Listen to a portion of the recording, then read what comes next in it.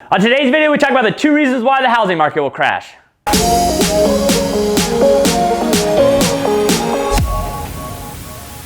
What's going on, everyone? My name is Adam Swartz and welcome to my channel. My channel is all about real estate, cool podcasts, and some interesting videos. So if that's something you like, hit that subscribe button. But on today's video, we're going to talk about the 2 reasons why I see the housing market crashing. It's very simple. Supply and demand. Everyone wants to make this sound all complicated because, well, of course, if we make it complicated, then we feel important, right? There's only 2 reasons why the market will crash, and these are the 2 reasons. Thing number 1 that could crash the real estate market is interest rates go up, right? We saw this back in 2018 in the fall. Interest rates shot up to 5, market stopped, right?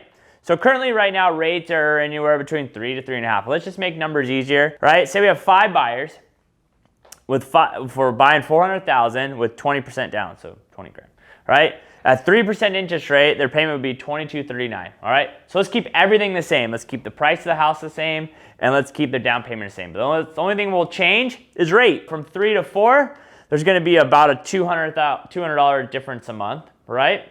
And then let's go all the way from 4 to 5, there's gonna be another $200 difference per month, right? So the only thing we've changed is rates. So now if I have 5 buyers, right, and 2 of them can only afford this price, another 2 can only afford this price, and 1 can only afford this price per month, then what does that mean? If there's 1 house on the market, we went from 5 buyers down to 1. So there's less demand, which then will bring prices down. For a buyer to have the same monthly payment and only put 5% down, they would need a purchase price of $330,000 if rates jumped up to 5%. See why that will bring prices down? Less demand for the properties, right? So that's problem number 1. If all of a sudden you hear rates shooting up, right, that could be a possibility of the market going down. But I don't see that happening because anytime the economy gets in trouble, like we did in 2008, 9, and 10, what did they do? Shot rates down.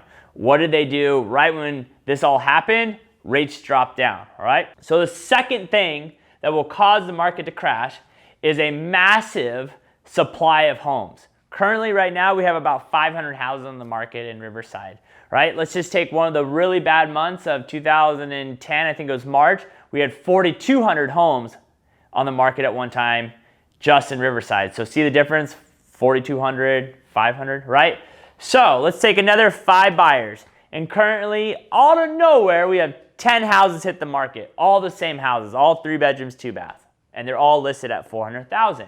And I kind of broke down all the reasons why might someone sell. It's an investment property, lost a job, moving for a job, short sale, foreclosure, getting a divorce, someone passed away, getting too old for the house, having too many kids, the house is too small, investment property to flip, maybe someone's just greedy and see prices are really high, or the house is too big. So say out of nowhere, 10 houses hit the market like that, all at the same price, all the same size. Now you have 5 buyers.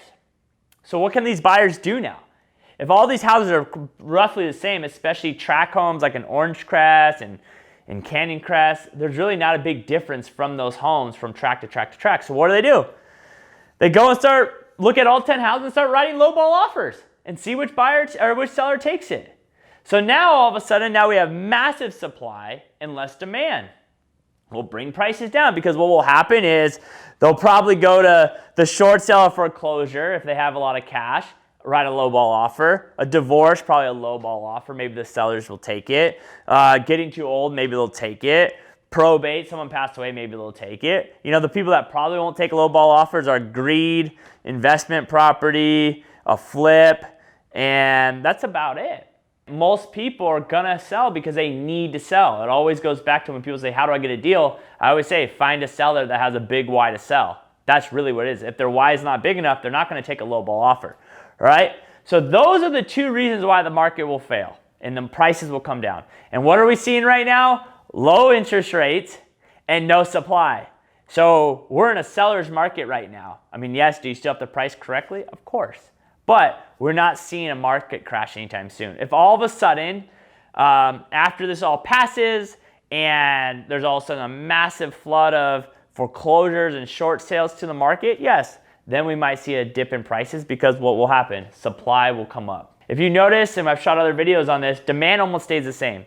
Even when the market's tanking, we close about 200 houses a month in Riverside. When the market's super hot, we close about 200 houses a month. So if we're staying about the same demand, the only difference is going to change supply. So we start seeing a massive homes hitting the market, that's when we'll know the market's crashing. Remember guys, we were always here to help. Hopefully this video helped you understand the market, because I know it's a lot easier. I was showing some houses this weekend to someone. They said, hey, my parents think the market's going to crash. And I said, well, no supply, low interest rates, tons of buyers.